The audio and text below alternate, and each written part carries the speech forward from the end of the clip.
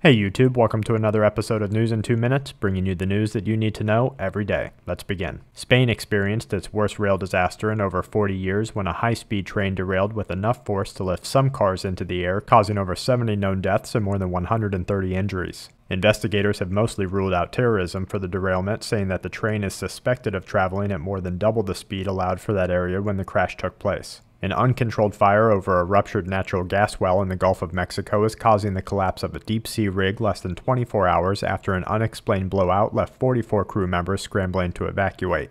The cause of the rupture is currently unknown, and Coast Guard officials say that it could be days before equipment arrives to drill a relief well.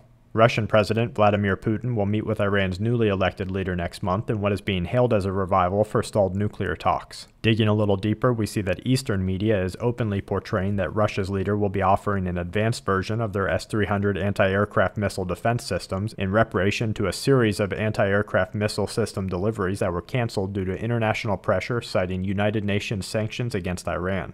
The move to continue missile system delivery furthers analysts' suspicions that war within the Middle East may be nearing.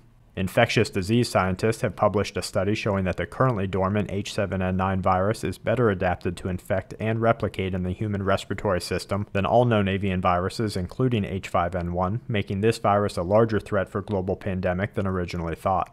Tokyo Electric, the operator of the Fukushima nuclear power plant, is currently using remote-controlled cranes to remove rubble near reactor number 3 due to radiation levels that are so high that emergency personnel cannot work within an increasing distance outside of the building.